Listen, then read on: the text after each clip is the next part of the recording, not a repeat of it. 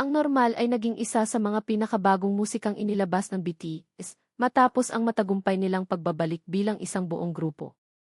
Ngunit bago ito naging isang bagong paborito ng maraming ARMY, nagsimula muna ang lahat sa mas malaking pagbabalik ng 7 miyembro matapos ang ilang taong pagtutok sa kanilang mga solo project at pagtupad sa kanilang military service.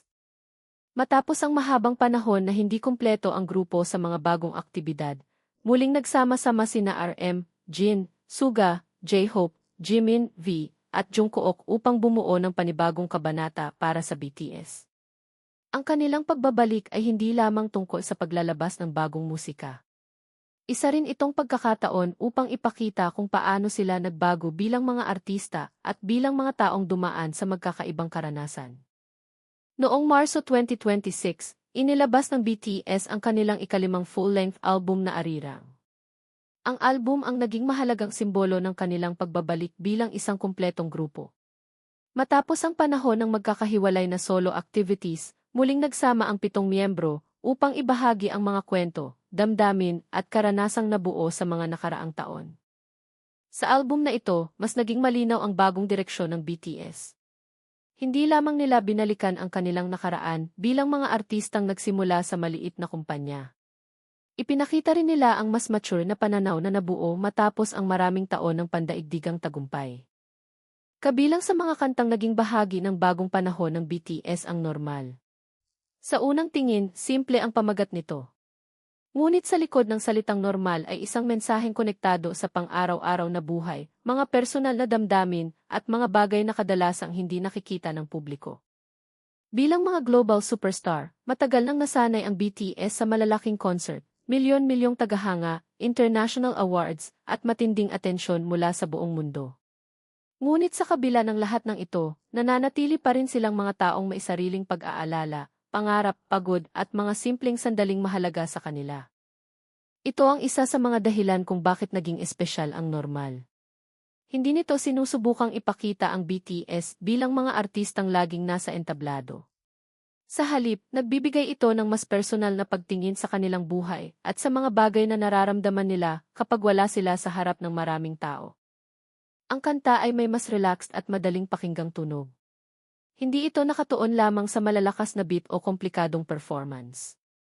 Mas binibigyang halaga nito ang natural na daloy ng musika at ang pakiramdam na parabang direktang nakikipag-usap ang mga miyembro sa kanilang mga tagapakinig. Sa bawat bahagi ng kanta, mararamdaman ang mas mature na pagkakakilanlan ng BTS. Hindi na lamang ito kwento ng 7 kabataang nangangarap na makilala sa mundo. Ito ay kwento ng 7 artistang nakaranas ng napakalaking tagumpay, ngunit patuloy pa ring sinusubukang unawain ang sarili at ang mundong kanilang ginagalawan.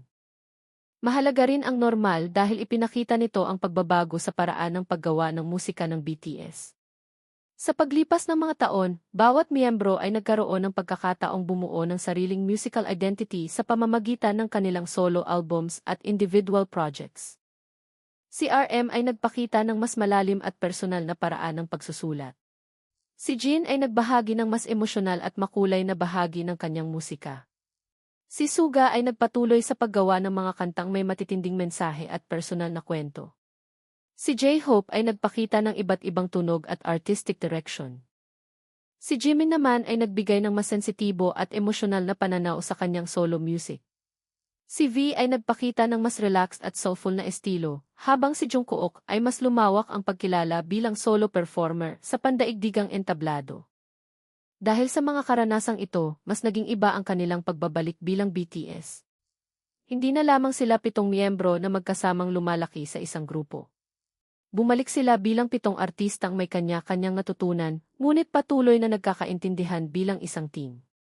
Sa Normal, mararamdaman ang pagsasama ng iba't ibang personalidad at musical influence ng bawat miyembro.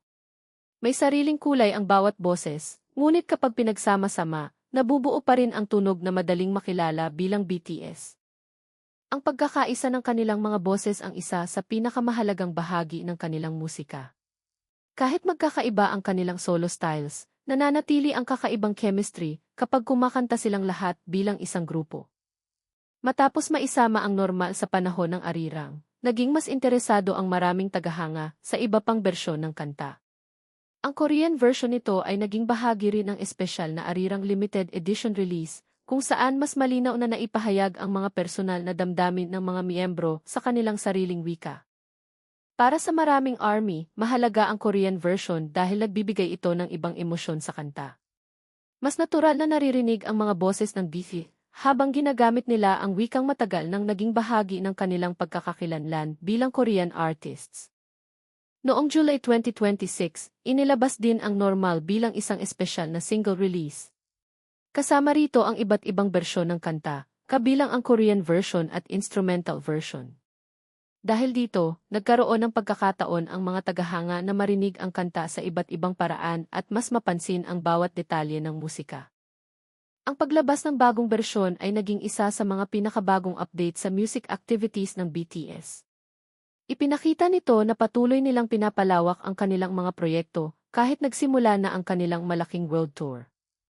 Habang nagtatanghal ang BTS sa iba't ibang bahagi ng mundo, patuloy ding lumalakas ang koneksyon ng kanilang bagong musika sa mga tagahanga.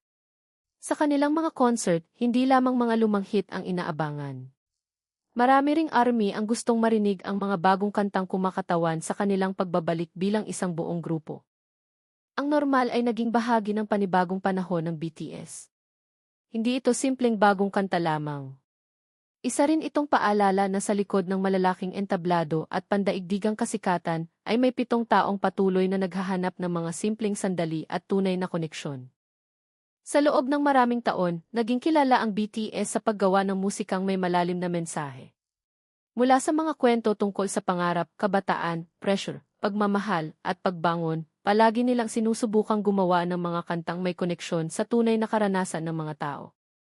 Sa pagkakataong ito, ang Normal ay nagdadala ng mas tahimik at personal na mensahe. Ipinapaalala nito na hindi kailangang maging perpekto o laging espesyal ang bawat araw. Minsan, ang pagiging normal, pagiging totoo, at pagkakaroon ng simpleng sandali ay mahalaga rin. Habang nagpapatuloy ang kanilang world tour at mga bagong proyekto, nananatiling espesyal ang Normal dahil ipinapakita nito ang mas personal na bahagi ng BTS.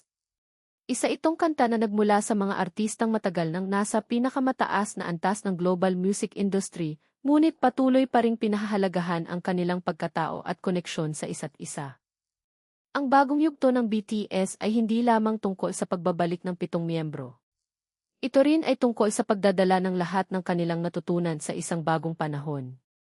At sa pamamagitan ng Normal, muling ipinakita ng BTS na kahit gaano kalaki ang kanilang narating, may mga simpleng kwento at damdaming patuloy nilang gustong ibahagi sa kanilang mga tagahanga.